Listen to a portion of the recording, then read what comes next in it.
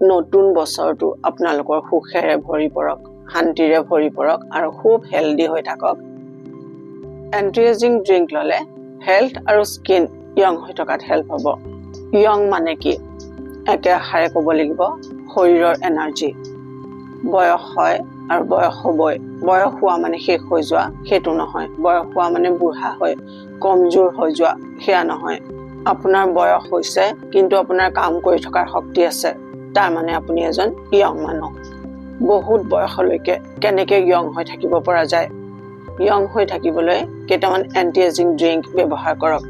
কি সেই anti ageing drink আৰু স্কিনৰ কলাজেন কি? কলাজেন কমি গ'লে আমাৰ স্কিন বুঢ়া হৈ যায়, স্কিন ঢিলা হৈ ওলমি পৰে। সেই কলাজেন স্কিনত কেনেকে বঢ়াব? বয়স হোৱাৰ লগে লগে আমাৰ স্কিনত কলাজেন কমিবলৈ ধৰে। সেই কলাজেন স্কিনত কেনেকৈ বঢ়াব? কলাজেন স্কিনত ডেমেজ হ'লে স্কিন বয়সৰ লগে লগে ঢিলা হৈ ওলমি পৰে, স্কিনত ৰিংকল পৰে। সেয়ে আমি ডিলে কৰিব পাৰোঁ? ডেফিনেটলি পাৰোঁ। কেনেকে কৰিম? গোটেইখিনি কথা আজি আমি জানিম। কলাজেন কি, কি কাম কৰিব আমাৰ শৰীৰত, আমাৰ স্কিনত, গোটেইখিনি কথা আজি ডিটেইলকে পাতিম। ভিডিঅ'টো শেষলৈকে চাব। কি সেই ড্ৰিংক যি ড্ৰিংকে আপোনাক এনাৰ্জিৰে ভৰপূৰ কৰি তোলাৰ লগতে আপোনাৰ স্কিন ইয়ং হৈ থকাত হেল্প কৰিব। সেই ড্ৰিংকৰ কথা কোৱাৰ আগতে প্ৰথমে আমি কেইটামান কথা জানিব লাগিব। আমাৰ মাইণ্ডছেট সলনি কৰিব লাগিব। যদি মাইণ্ডছেট এনেকুৱা হয় বয়স হৈছে এতিয়া আৰু কি হ'ব, এনেকুৱা যদি আপোনাৰ এটা মাইণ্ডছেট থাকে, তেতিয়াহ'লে আপুনি যিমান কলাজেন ড্ৰিংক ইউজ কৰে, যিমান আপুনি এন্টি এজিং স্কিনত ইউজ কৰে, আপোনাৰ একো কামত নাহিব। এই কথাটো আমি জানিব লাগিব। বয়স হৈছে কি হ'ব, এই মাইণ্ডছেট আমি প্ৰথমে চেঞ্জ কৰিব লাগিব। ছেকেণ্ড, যিকোনো বেয়াৰ পৰা আঁতৰত থাকিব লাগিব। বেয়া কথা বতৰা, বেয়া পৰিৱেশ, বেয়া মানুহ সকলোকে জীৱনৰ পৰা আঁতৰ কৰিব লাগিব। মানুহে কি ক'ব এনেকুৱা মেণ্টেলিটি একেবাৰে অদৰকাৰী। আপোনাৰ মনটোহে আচল কথা। আমি যেনেকৈ জাবৰ জোথৰবোৰ আঁতৰাই ঘৰখন চাফা কৰি ৰাখো, ঠিক তেনেকৈ মনটো চাফা আৰু সুখী কৰি ৰাখিবলৈ কাৰণে কিছুমান বস্তু আপুনি জীৱনৰ পৰা আঁতৰ কৰিব লাগিব। সেইটো এটা বহুত ডাঙৰ কাৰণ আপুনি সুখী আৰু এনাৰ্জেটিক হৈ থাকিবৰ কাৰণে। এই পজিটিভিটি আপোনাৰ ঘৰৰ মানুহলৈও বিয়পিব। এতিয়া জানো আহক সেই ইম্পৰ্টেণ্ট ড্ৰিংকৰ বিষয়ে। এই ড্ৰিংকে আপোনাৰ স্কিনৰ কলাজেন বুষ্ট কৰিব। এতিয়া জানো আহক কলাজেন কি আচলতে। কলাজেন আমাৰ শৰীৰৰ সকলোতকৈ বেছি প্ৰটিন, যিটোৱে স্কিন, হাড়, লিগামেণ্ট, কাৰ্টিলেজ এইবোৰক শক্তি দিয়ে। কলাজেনে আমাৰ স্কিন প্লাম্প আৰু ইলাষ্টিক ৰাখে। বয়স বাঢ়িলে স্কিনৰ কলাজেন কম হয়, আমাৰ হাড়বোৰ উইক হয় আৰু স্কিন ঢিলা হৈ ওলমি পৰে। এনেকুৱাত কলাজেনৰ ব্যৱহাৰে স্কিন আপোনাৰ জিলিকাই তুলিব পাৰে। ইয়াৰ উপৰিও চুলি আৰু নখ ষ্ট্ৰং কৰে, গাঁঠিৰ বিষ নোহোৱা হ'ব পাৰে। যি এন্টি এজিঙৰ কথা ইয়াত কম, এই ড্ৰিংকে কলাজেন বুষ্ট কৰি শৰীৰ আৰু স্কিন ইয়ং হৈ থকাত হেল্প কৰিব। 1 নম্বৰ ক'ব লাগিব বিটৰুটৰ জুচ। এতিয়া ইয়াৰ প্ৰচেছ জানক, কেনেকৈ বনাব এই ড্ৰিংক। এটা বিটৰুট ল'ব, 1 টিস্পুন ল'ব আমলখি গুড়ি বা ইয়াৰ জুচ, আধা টিস্পুন ল'ব হালধি, আধা ইঞ্চ আদা, 1 পিঞ্চ জালুকৰ গুড়ি, আধা নেমুৰ ৰস আৰু 1 কাপ পানী। এই গোটেইখিনি ভালকৈ ব্লেণ্ড কৰি ৰাতিপুৱা খাব। কেনেকৈ খাব, কিমান সময়ত খাব, এইখিনি কথা আমি পিছলৈ ডিছকাছ কৰিম। এতিয়া নোট কৰক ছেকেণ্ড ড্ৰিংক, গ্ৰীণ টি লগত লেমন জুচ। লেমন জুচ যিমানখিনি পৰিমাণৰ আপুনি খাব পাৰে সিমান পৰিমাণত দিব। নেমুৰ পৰিমাণটো আপোনাৰ নিজৰ টেষ্ট মতে দিলে ভাল। যদি আপুনি বেছি নেমু দি দিয়ে আৰু খাবলৈ আপুনি অকমানো টেষ্ট নাপায়, তেতিয়াহ'লে আপুনি এই ড্ৰিংক কণ্টিনিউ কৰিব নোৱাৰিব। সোৱাদ অনুসৰি আপুনি নেমু দি ল'ব, কিন্তু তাত মিঠা এড নকৰিব। কি হ'ব এই গ্ৰীণ টি খালে? ফ্ৰী ৰেডিকেলছৰ লগত ফাইট কৰি ৰ'দৰ ইউভি ৰেজৰ পৰা স্কিন ডেমেজ যি হয়, সেই ডেমেজৰ পৰা স্কিনখন প্ৰটেক্ট কৰি ৰাখে। সেই টক্সিনছবোৰ শৰীৰৰ পৰা ওলাই যোৱাত হেল্প হয়, যাৰ কাৰণে আপুনি বিচৰা ধৰণে স্কিনখন গ্ল' কৰি উঠে। গ্ৰীণ টি মই কেনেকৈ ইউজ কৰোঁ সেই বিষয়ে পিছলৈ ক'ম আপোনালোকক, সেয়াও আপোনালোকে ইউজ কৰিব পাৰে। নেক্সট ড্ৰিংকটো ল'ব ডেইলি 100 ml বা 150 ml বিলাহীৰ জুচ। ইয়াত থকা লাইকপিনৰ কাৰণে স্কিনৰ দাগ আৰু ফাইন লাইন্সবোৰ নোহোৱা হোৱাত হেল্প কৰে। বিলাহীৰ জুচ খোৱাৰ সময় সেইটো আপুনি আহাৰৰ আগে বা আহাৰৰ লগত এঢোকে খাব পাৰে, নহ'লে ৰাতিপুৱা ব্ৰেকফাষ্ট কৰাৰ সময়তো আপুনি বিলাহীৰ জুচ খাব পাৰে। তাত আপুনি অকমান কলা নিমখ এড কৰিব পাৰে, বাকি একো এড নকৰাই ভাল হ'ব।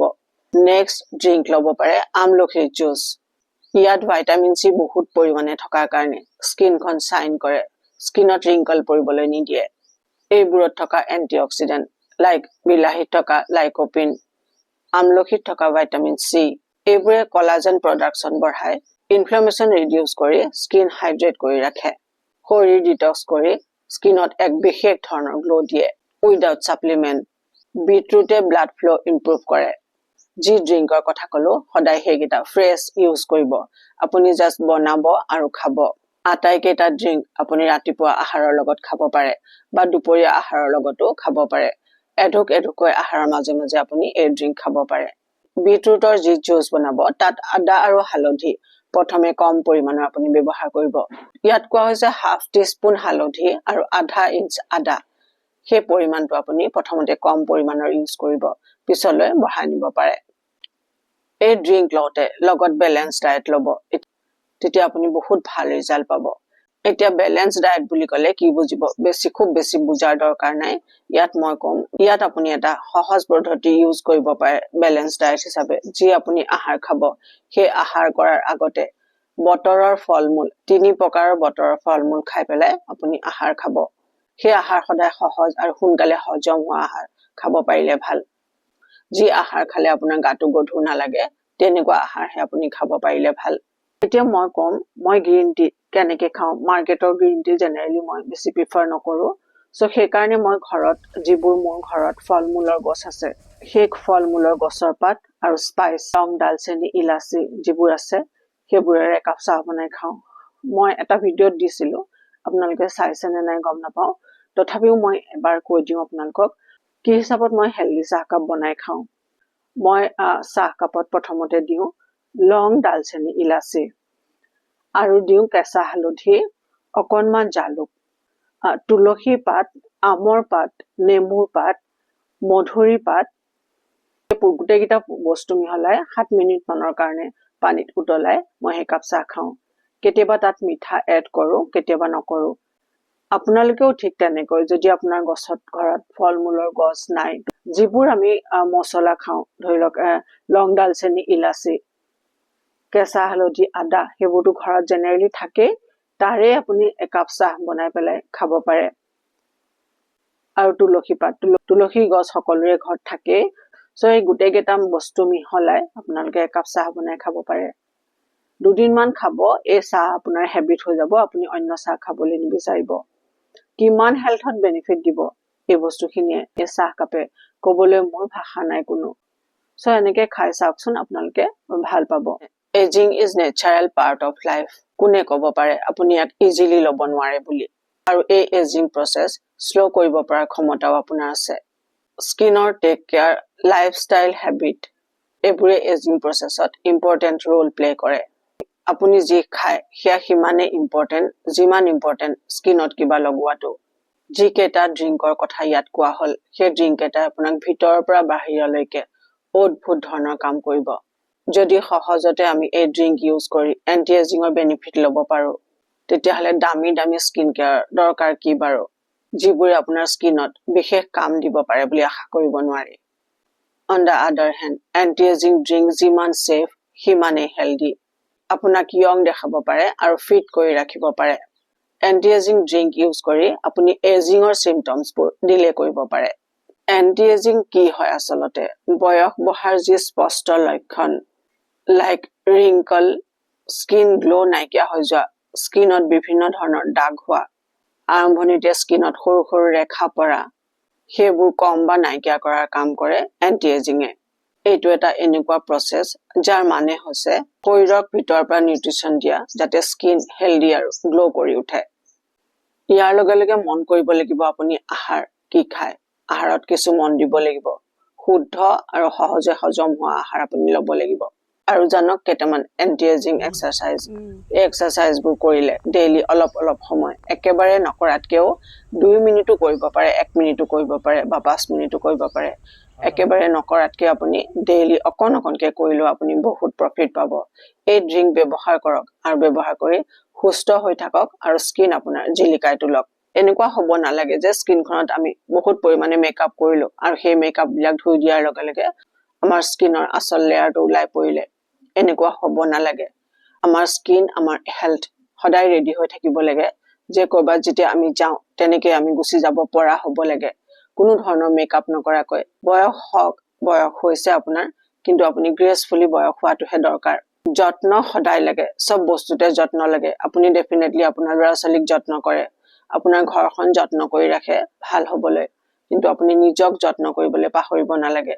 নিজকো যত্ন কৰি খুব সুন্দৰকৈ ৰাখক, তেতিয়াহে আপুনি অন্যবোৰক আপুনি ভালকৈ যত্ন কৰিব পাৰিব।